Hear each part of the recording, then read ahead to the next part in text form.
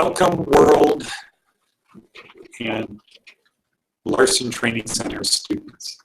So it is another Friday. We've made it through another Friday. Who's been here the longest? Who's been here 10 weeks? 9. 8? 9. 10 or 9? 10, I think. 10, okay.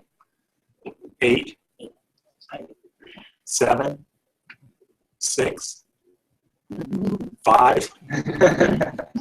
4? Just had 1/3. Is that right, fellas? I'm not sure. Huh, seems like it's been a long time.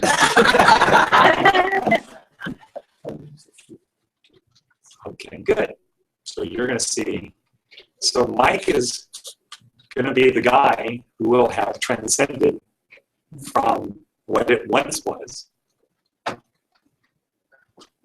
to what the future is going to be. So my expectation is that by the time you graduate, there will be veterans in here, people from Nevada Partners. Melvin Valentine was here yesterday for his My Brother's Keeper program. So my expectation is that it's going to be, you're going to be the guy. I'm going to be the guy who will be able to look back and say, I was there before, and now I know what it is now. Because those people pretty much are only going to know what they know. They don't have any experience. So you don't have an experience in the old building. No. But you were there, right? Who else was at the other building? We worked that one day with the speaker. Okay, one guy. Okay, one guy was at the old building at Clemson. So that's interesting how things change. Okay, so this is the memorization part.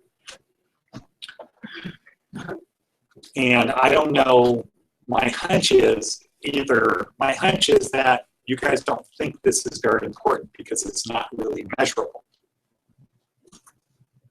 Right? Like in typing, you know what your typing scores are. Tests, you think I can put this to practical application if I do learn how to do maps or learn how to do Gmail or whatever. And this I can put to use. How can I put to use memorizing a poem?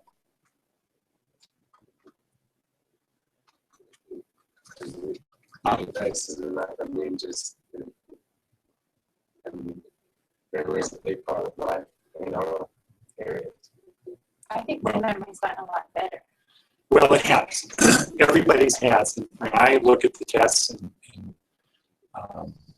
when we're looking at the tests, it's very, very clear. You know, somebody looks at your first week, and somebody looks at this week. I haven't looked at this week yet, but if we compare those to these, it's a big difference. It might not seem like it because, we do stuff every day, right? It's just like we don't really notice ourselves getting older unless we haven't looked at ourselves or unless we look at the picture of when we were young.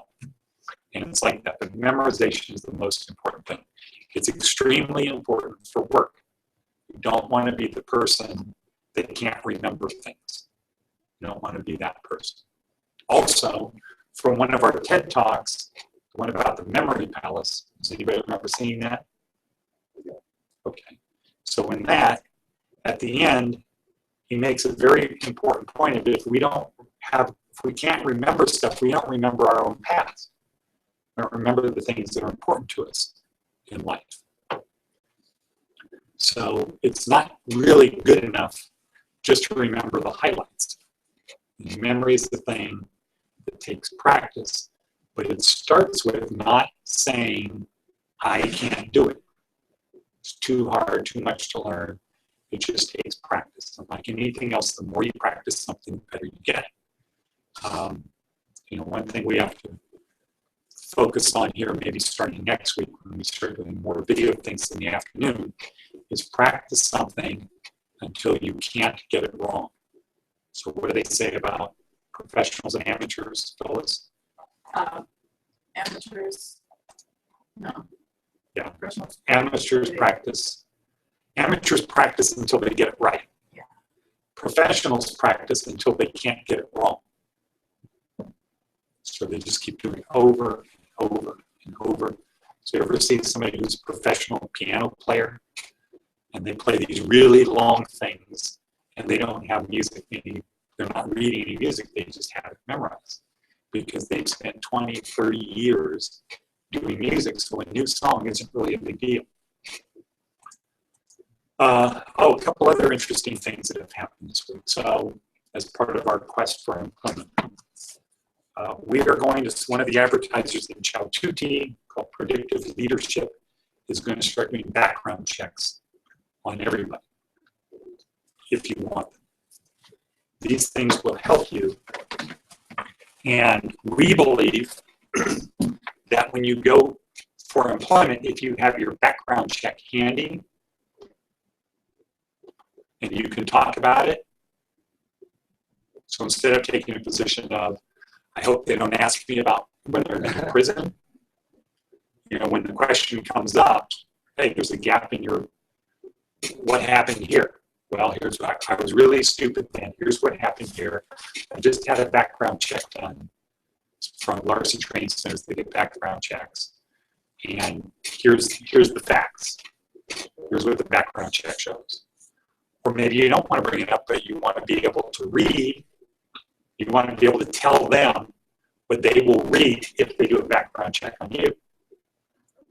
Right? So kind of like have that memorized. So the background check says blah, blah, blah, blah, blah. When you're in there, the question comes up, hey, I noticed there's the gap in your work history. What's that? What's that all about? If you recite back two things. One is what Tiger Todd says, boy, was I stupid then. Yeah, boy, was I stupid then. And then read to them what it says in the background check, what they are going to read later. Because when they read it, what are they going to think? If they do their background check and they read what you told them, what are they going to think? You're honest. Yeah, well, this is exactly what the guy told me. Well, he didn't change it at all. Having the background check lets you know what to expect. And a lot of times we are concerned more about the unknown, right, than the known.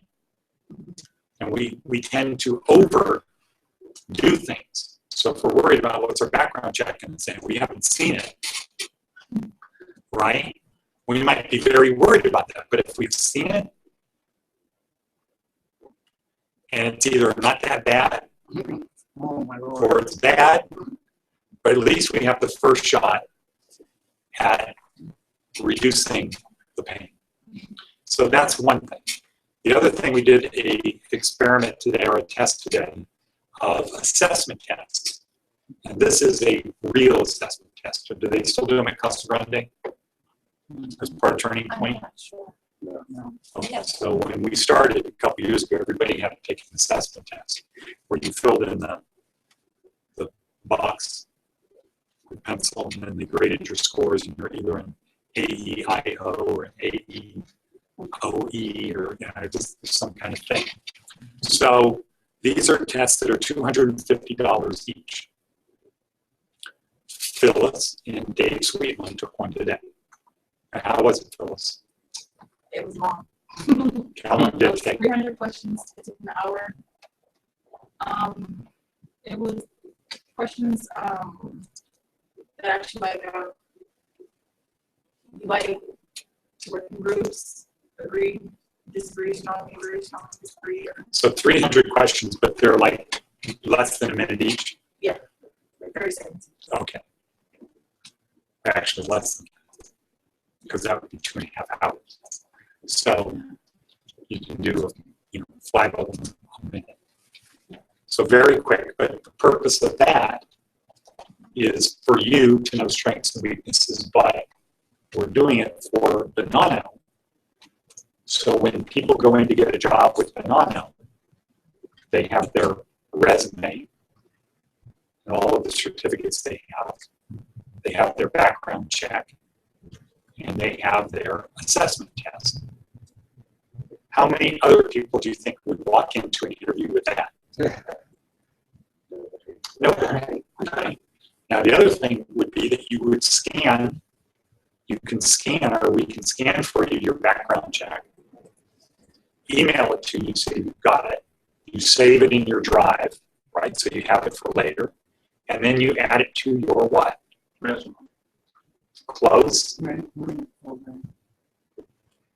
Well, that's what's stored on your drive.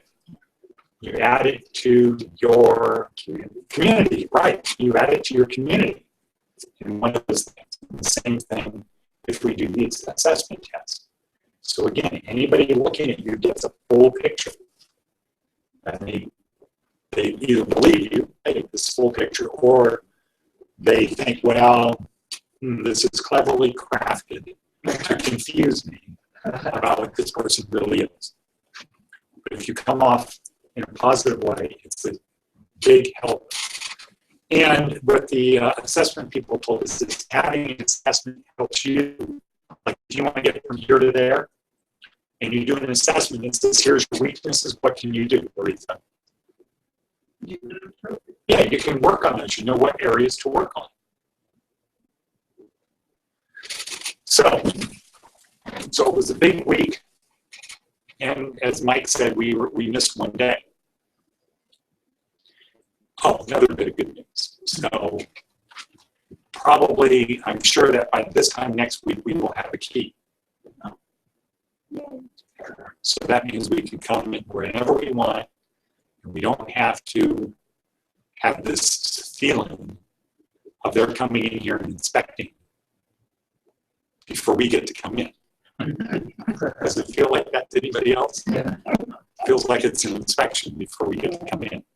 Reminds me of camp.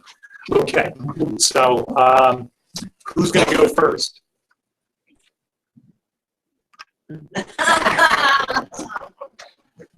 Okay, Stephanie's a good sport. Okay, good. So who's doing which parts? I'm in direction. Okay, Who's on pencil one? okay, good.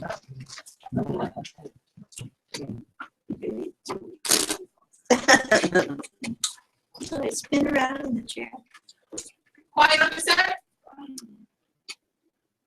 3. Hi, I'm Stephanie, and I don't remember how to start. This is my 8th week at Larson Training Center, and I will be reading The Tiger. Tiger, tiger, burning bright in the forests of the night, what mortal hand or eye could frame thy fearful symmetry? In what distance, deeps or skies, burnt the fire of thine eyes? On what wings dare he aspire? What the hand dare seize the fire? And what shoulder and what art could twist the sinews of thy heart? And when thy heart began to beat, what dread hand and what dread feet, what the hammer, what the chain, in the furnace was thy brain? What the anvil, what dread grasp, dare the deadly terrors clasp? What the stars threw down their spears, when the stars threw down their spears and watered heavens with their tears, did he smile his work to see? Did he who made the lamb make thee? Tiger, tiger, burning bright in the forests of the night, what mortal hand or eye dare frame thy fearful symmetry? Okay, what does that mean? What does that about? I'm sure it's not about a tiger. Why did you say that? Huh? Why did you say it's not about? I don't know, because I thought it was a trick. Well, it sounds like the tiger going through the night, through the forest, hunting in the nighttime, looking for its prey. So when was that written? In 1757 by William Blake. And was that when it was written? Is that when it was written or when he was? Well, that must be his birth, 1757 through 1827. So sometime in there, just when he was alive, and he wrote that sometime in there. Yeah. Okay. Do you know what the rhyme scheme is? It's confusing. What? What's rhyme scheme? Well, see, I know poems as, rhymes. So I'm learning on Brain Rush differently. There are many different kinds. Doesn't that combine? Some parts, Okay. and it's probably because I'm chopping it by reading it, wrong. I don't Well, have it you're reading memorized. line by line. Right. It's not smooth. So Well, No, to me. Right in the fourth. up the knot, yeah, it's rhyming. Okay, so who knows what rhyme scheme is? This is something kind of important. Marty? No. Okay, so you take the poem. And at the end of the first line, after that last word, tiger, tiger, burning bright, after bright, you put an A. You go to the second one. If the last word in the forest of the night rhymes with bright, you put an A next to that. Okay. Then you go to the next one. What a mortal hand or eye, right? Eye, does that rhyme with bright or night? No. No. So then you say B. Okay. So you now have A, B. So that means the first two lines rhyme, the second one doesn't. What's the next one? What a mortal hand or eye is symmetrical symmetry, right? Does that rhyme? No. Right? No. Or, okay, so that's now C. Now you go to the next one, which is what? In the distance, deep. In what distant deeps or skies? Okay, does that rhyme with anything? I. Right? I. Okay, so that's now B. B. Okay, so what's the next one? Burnt the fire of thine eyes. Okay, so what's that? Sky, that's another B. Okay, and so it's A, B, C, B, B. B, B. What's next? On what wings dare he aspire? Okay, That would be D. okay, And then what the hand dare seize the fire? That would be D. right. Okay, so that's what you do through a whole poem. And so this could be a thing that helps everybody memorize it, because if you memorize the rhyme scheme, it helps you memorize the words. Okay, who remembers the song? By Robert Brown. That's about the thorn and the snail.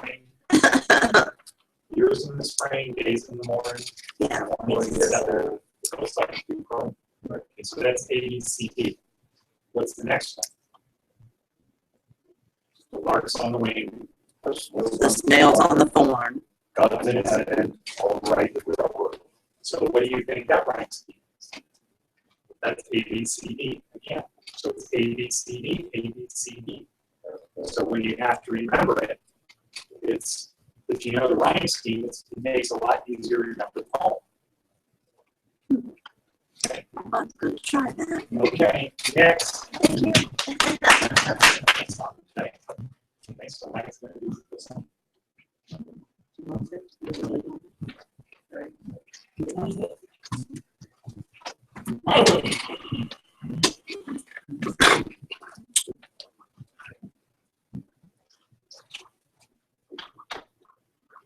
Why, why was that?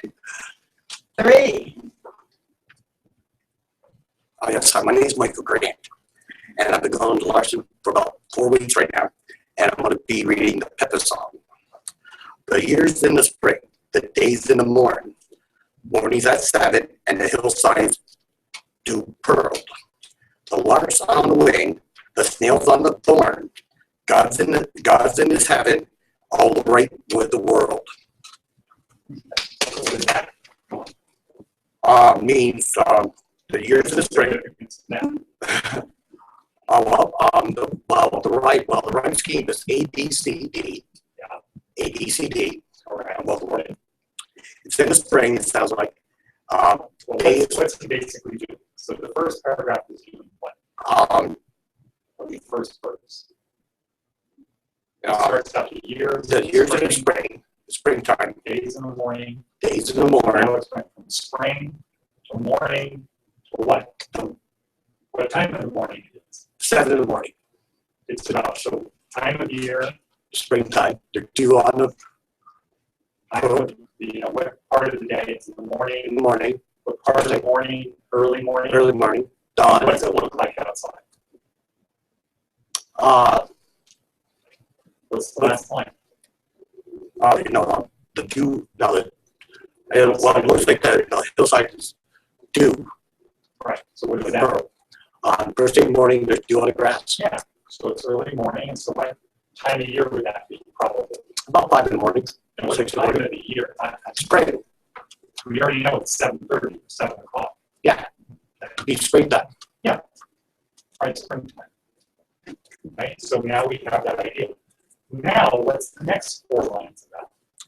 The lark's on the wing, the snail's on the thorn. God's in his heaven, all right with the world. Right, with the world. Okay. So what is that?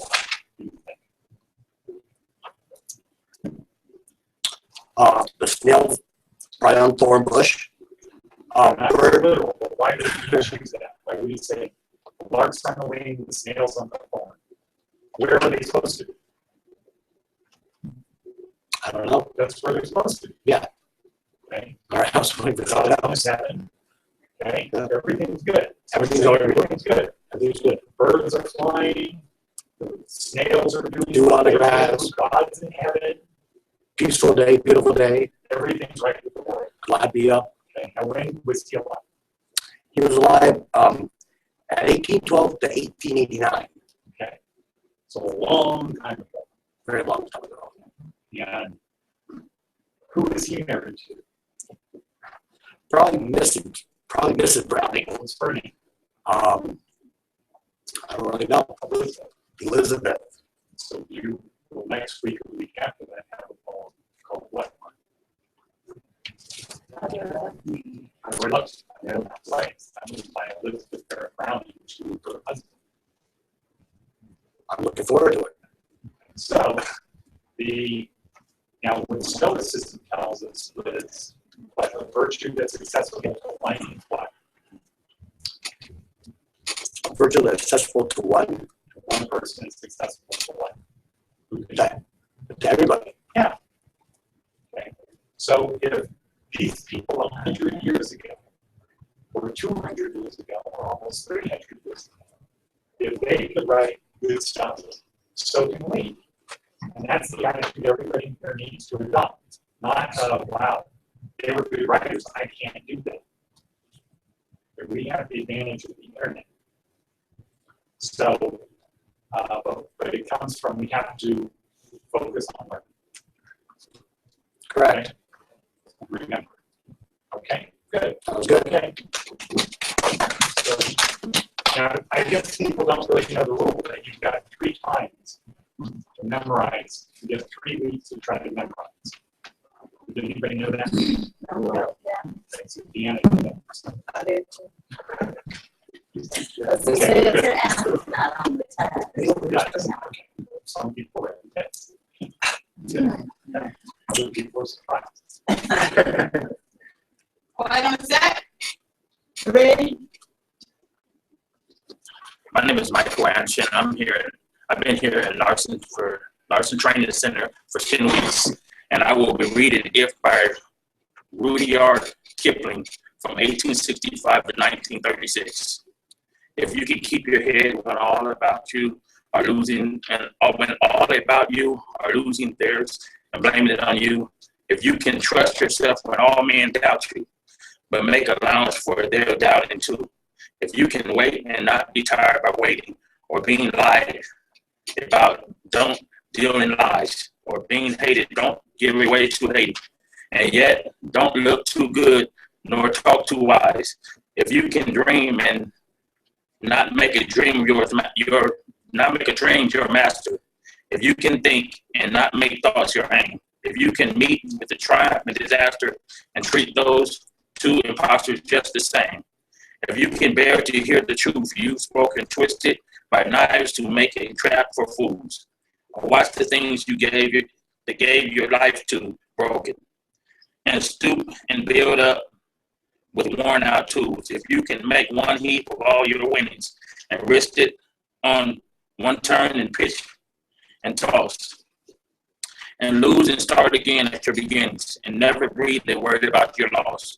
If you can force your heart and nerve and sinew to serve your turn long after they are gone, and so hold on when there is nothing in you except the will which says to them, hold on.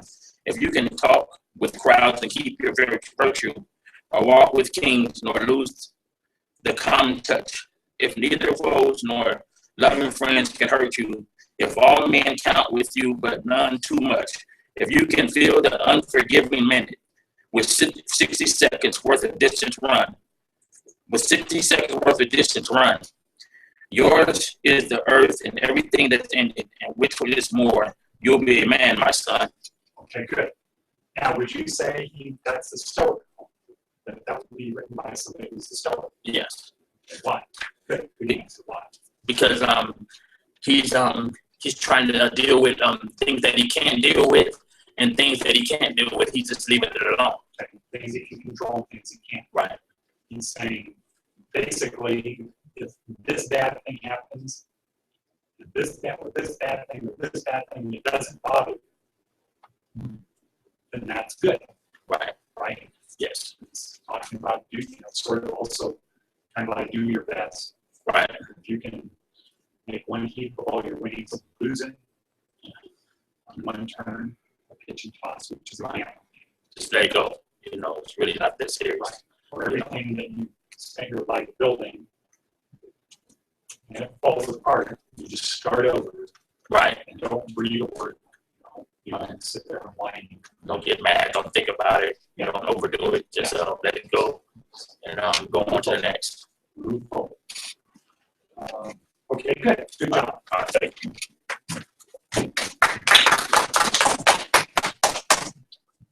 We're down to 3. There goes Loretta.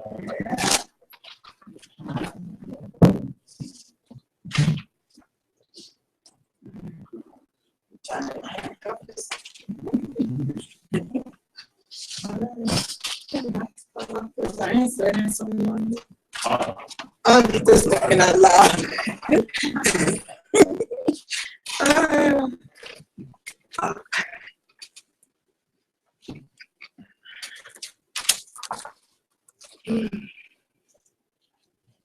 It is. Item 7. Green.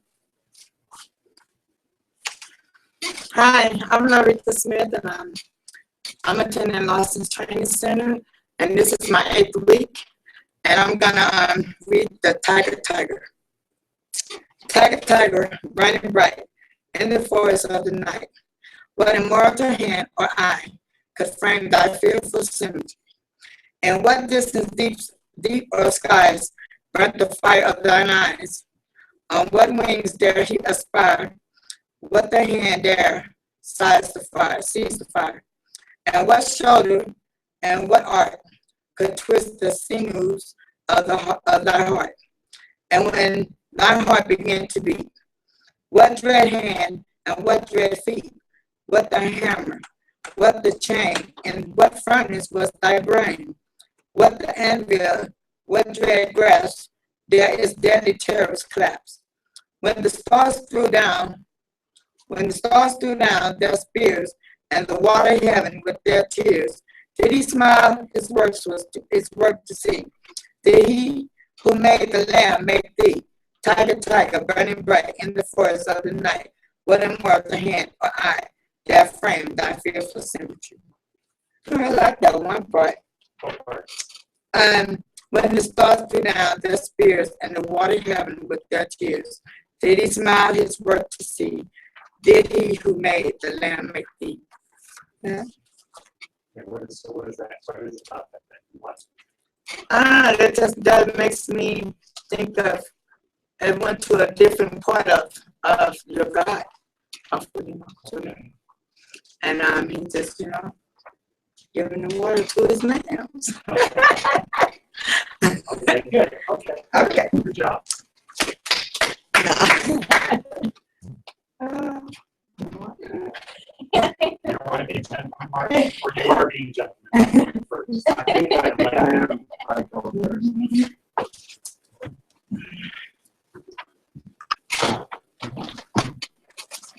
Quiet on set. 3. Hi, my name is Marty Burnham. This is my 8th week in Larson Training Centers.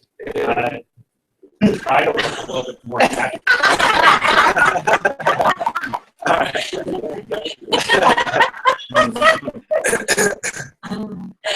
Quiet on set. 3. hi, my name is Marty Burnham. This is my 8th week at Larson Training Centers. Today I will be reading 23 Psalm. 23 Psalm. Lord is my shepherd, I shall not want. He maketh me lie down in green pastures. He leadeth me beside the still waters. He restoreth my soul. He leadeth me in the paths of righteousness for his name's sake. Yea, though I walk through the valley of the shadow of death, I will fear no evil, for thou art with me. Thy rod and thy staff, they comfort me. Thou preparest a table before me in the presence of mine enemies. Thou anointest my head with oil. My cup runneth over.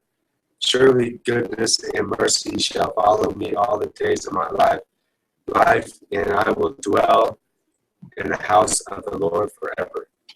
Okay. Now, stoic or not? Not Why? because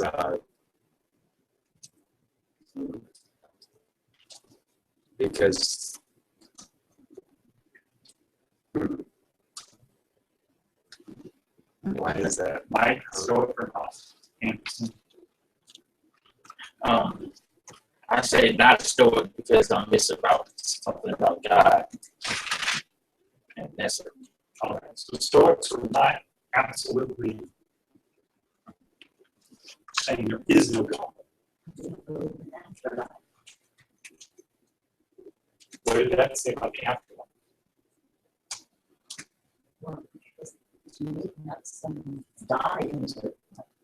it's not something. No. Okay, so what is the stoic afraid of? Is he afraid of? Yeah. Afraid of his enemies? And what are stoics afraid of? Nothing. Only letting themselves down. Okay. Being less than human. They're not afraid of people who are stoic. They're not afraid of death. They're not afraid of being made fun of. They're not afraid of poverty. They're not afraid of these types of things. So I think it would be stoical, but I agree with Mike because he's bringing up God. But maybe when he's saying the Lord is my shepherd, he means like the lamb, not the lamb, but the person. But this is somebody who's content with their life. Is there any whining going on in here? No. Any boasting? No. No. So I think it could be Stoic. That came before the Stoics. That was written in the Old Testament before the Stoics. But I think it's also a Stoic thing. We have to accept things where they are. We try to do our best, but if our best isn't good enough, we keep moving forward. Okay, good. Good job.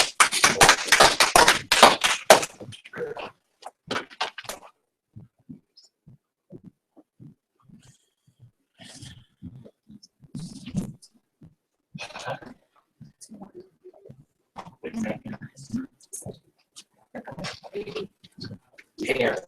Make it already.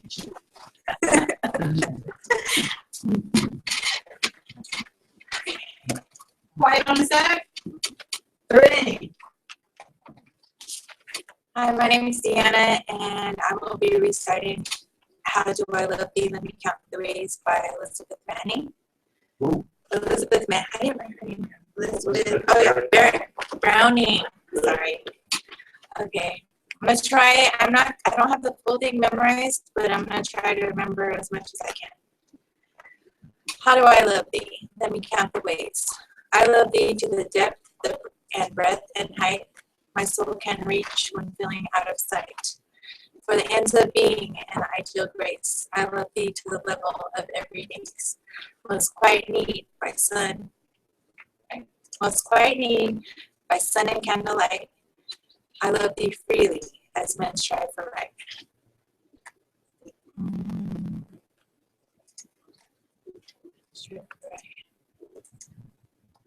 I love thee purely when they turn from praise. And that's all I got. To be continued. Okay, I'll read the rest. Yeah. I love thee with the passion that to use in my old griefs and with my childhood's faith. I love thee with the love I seem to lose with my lost saints. I love thee with the breath, smiles, tears of all my life, and if God choose, I shall but love thee better after death.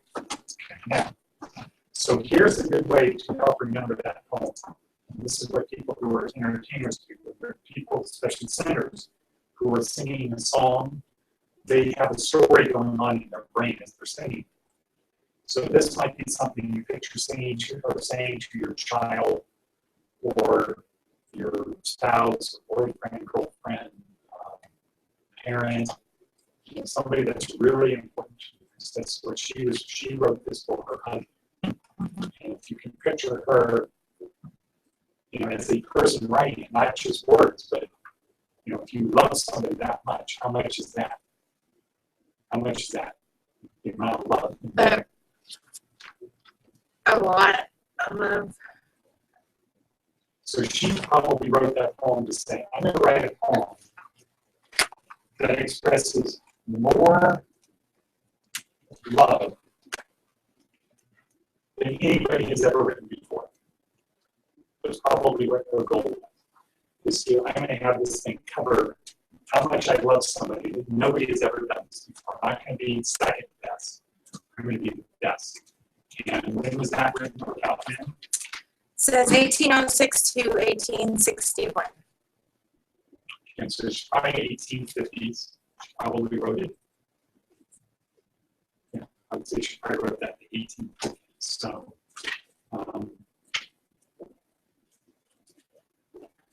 So that's why that's one of the ultimate love poems of hers. Okay, good job. Okay, Good job, everyone. Let's take a break. And I think Lewis wants to watch Out of Compton again.